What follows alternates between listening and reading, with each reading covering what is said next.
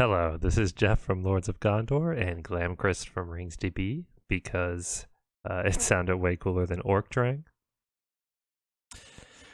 This is a Prologue episode for my solo series.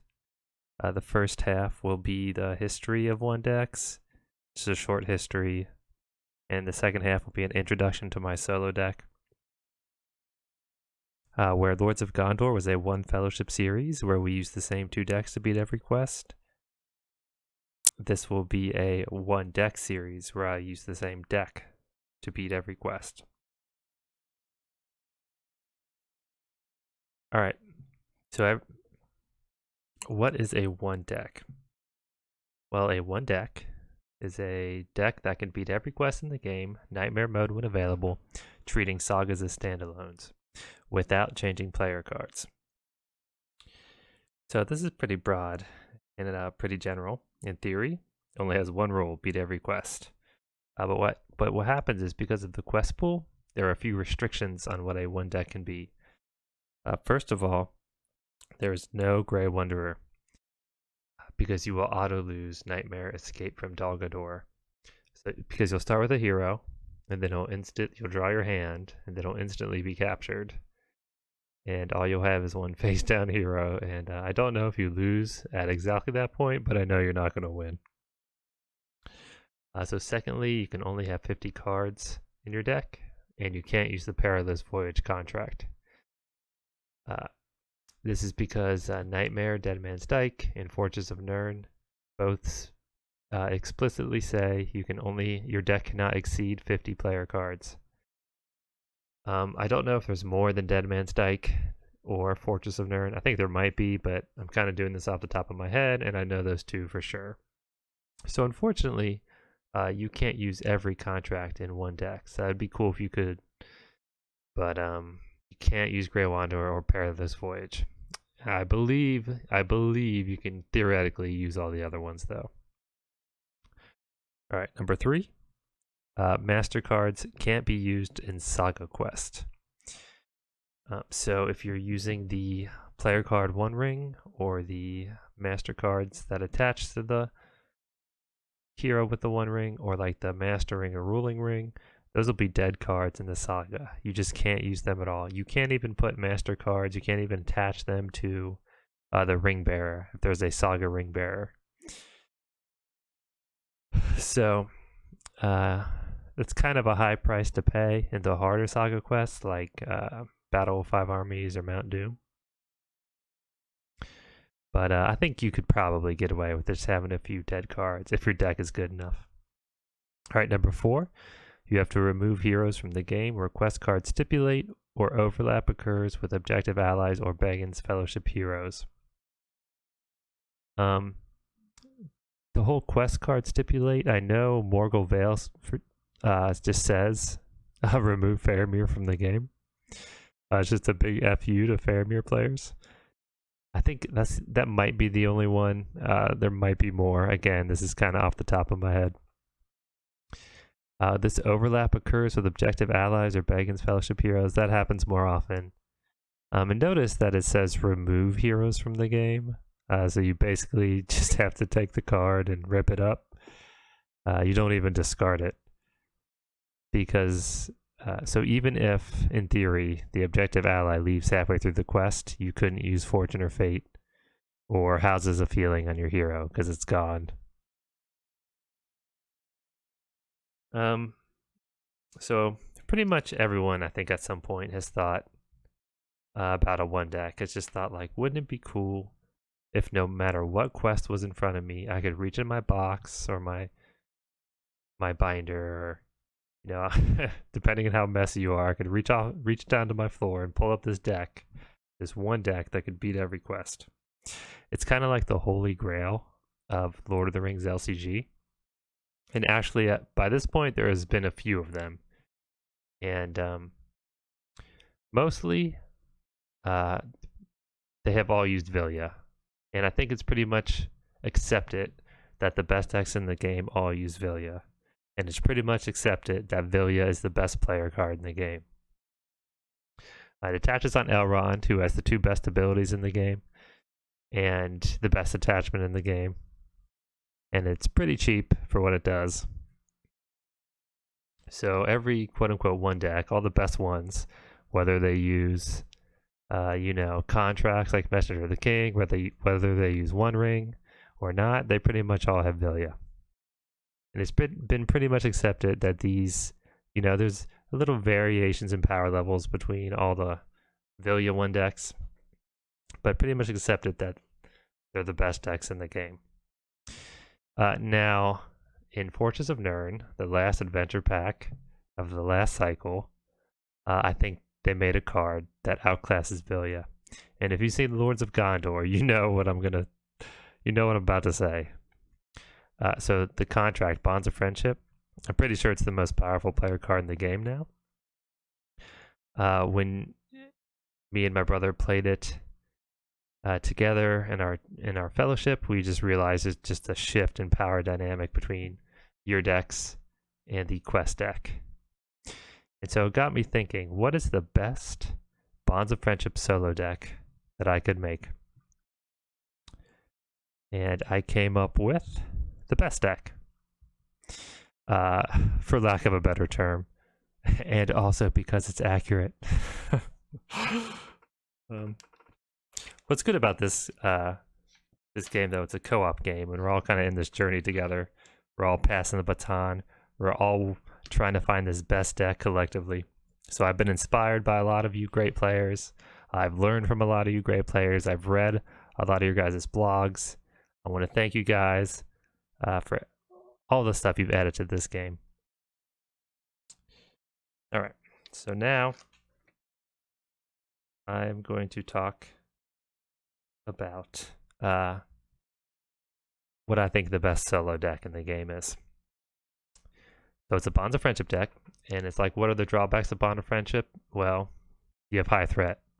Okay, but if you don't threat out, it's not a problem. Okay, well, you have to have the perfect sphere distribution. Well, I guarantee you there's 10 amazing cards from each sphere by now. So that's not really a drawback either. So really, this is kind of just like a free hero. And I think that's what makes it so incredibly powerful. So then I thought, what's the best 4-hero lineup I could make in Bonds of Friendship? And this is what I came up with.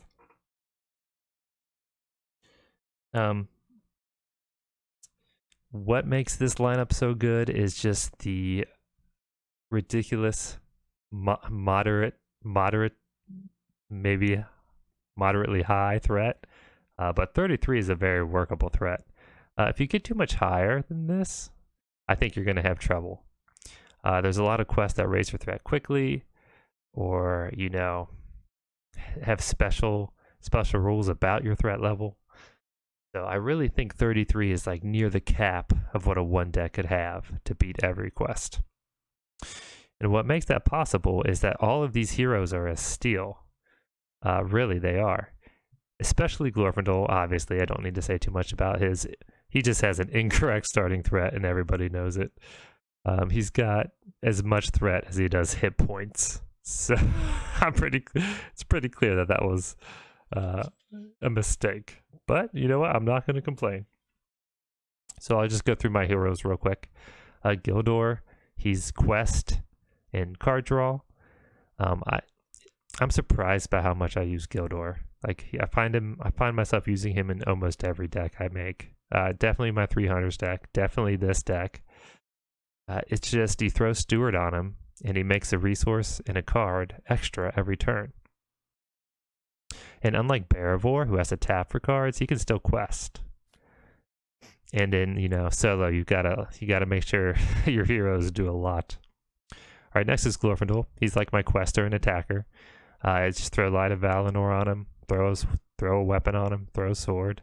He's good to go. I'm not going to say too much. Everybody knows how good he is. Okay, Grima might surprise a lot of people, especially because his ability actually raises threat, and my threat is so high. But it's always worth it. Let me try to explain this without just reading the card. Imagine you have a 2-sphere deck. Let's say you're playing Spirit and Lore, and you have 2 Spirit heroes and 1 Lore hero. Well, you make 2 spirit here. You make 2 spirit resources in your. That's your strong sphere. So a 2-sphere deck in your strong sphere, you make 2 resources. Grima, it lets me make 2 resources in every sphere. So I have the strength of a 2-sphere deck in every sphere. I can play a first turn Steward, a first turn Unexpected Courage, a first turn Asphalloth or Ranger Spikes, a first turn Honor Guard. So I don't just make 133% of the resources that a regular deck makes. I also have the sphere strength that no other regular deck can have. So Baragond, I won't say too much about Baragond. I've said a lot about him already. He's my favorite hero. I think he's the 2 best heroes in the game, but I can only use one. So I've chosen Tactics because he's a good explosion hero. He gets free armor. He can save his resources for allies or for neutral cards, which you have a lot of in Bonds of Friendship. So alright, so now that I had my lineup, and it took a little bit of experimenting to find this lineup, but after I had it, I just shoved the 50 best, I just got the 50 best player cards. I just shoved into one deck. I'll put this up on RingsDB, so you guys can check it out if you want to study it more intently. I won't say too much about it now, but I will say that playing through every deck, or playing through every quest, this is a certified 1 deck. I've beaten every quest with this deck. I played them all quickly. I don't really have numbers, but that's what this series is going to be about. This series will be about finding the numbers. And as I play through the quest kind of I was a passive part of the experience, because the quest would kind of design this deck for me. Like, I never would have used Nori without Under the Ash Mountains, and he's amazing in like every quest. So it's like a feedback mechanism. I never would have used Elfhelm if not for Return to Mirkwood, and he's like amazing in so many quests. I never would use Blood of Numenor if not for Nin and Elf. But I've used it so many times. So as I played through, the quest, nightmare modes were available. The quest would feed me information about how to make my deck better. And I do believe this is the 50 best cards for the best 4 hero lineup and the best deck in the game. I think the most indisputable evidence I can offer you guys is when I played Nightmare Escape from Dol Guldur. Well, when these decks play it, these Vilya decks, they usually have to choose a hero. Sometimes they get favorable starts. Sometimes they make sure they have a Vilya in hand, and then they calculate the probability of the things they tweaked, and then they get the number of attempts it took them mathematically. And it's completely legit. The reason you have to do it is because the Nightmare Escape from Dol Guldur would just waste too much of your time if you don't. Like, who wants to sit there for hours and hours and hours playing it, 30 or 50 times just to record the amount of attempts it takes you for your one deck to beat it? So that they tweak they just tweak a few things to decrease the amount of time it takes, but still find accurate numbers. Well, what makes me so certain that this is the best deck is that when I play a Nightmare Escape from Dol Guldur, I don't have to do any of those tweaks. I randomly get a hero. I don't get a favorable start. I don't pick a card in my hand. I just played straight up as the quest is intended, and then I beat it in one sitting. So that's why I'm pretty sure, besides other reasons, that the power level of this deck is just so much more than the one decks that came before it. And hopefully I'll be able to demonstrate some of that and share this deck with the community, and you guys will see what I'm talking about. I want to I'm going to do the core set, the Nightmare core set, and I'm trying to get all these videos up at once. So hopefully you guys will either tune in to see what I'm talking about, or maybe if you don't believe me, you'll just want to tune in and check up on it, I welcome that too.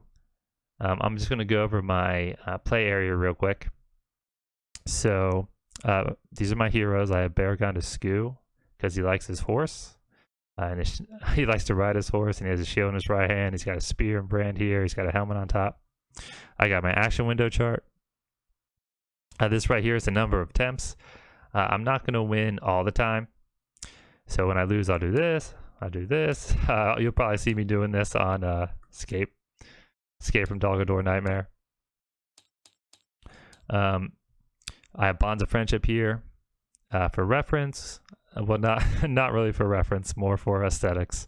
If I ever need to refer to this, something's wrong in my brain. This is my sideboard. It's not really my sideboard because you can't have a sideboard in one deck, but it's my Helm of Secrecy targets, my frequent flyers for Helm of Secrecy. I use Galadriel for threat, Eowyn when I need attack, Eowyn for willpower, sometimes Erkenbrand if there's bad shadows, Balin if there's bad shadows, and then I have my Multi-Sphere Baragons and my regular back Baragon and Glorfindel. So yeah, I'm really excited to get these videos up and show you guys the power of this deck. This is a really good community, and I love that I can share this stuff with you guys. And I hope you guys have enjoyed this episode. I'm just a little bit history of one decks, and I just want to say one more thing. As usual with Lords of Gondor, I will show you guys every shuffle, every draw, every randomization designated by quest or encounter cards. And I'll show you every loss, every win, and we'll find some numbers for this deck together, and I just can't wait. So I'm going to get started right away, and hopefully you guys will tune in. All right, bye.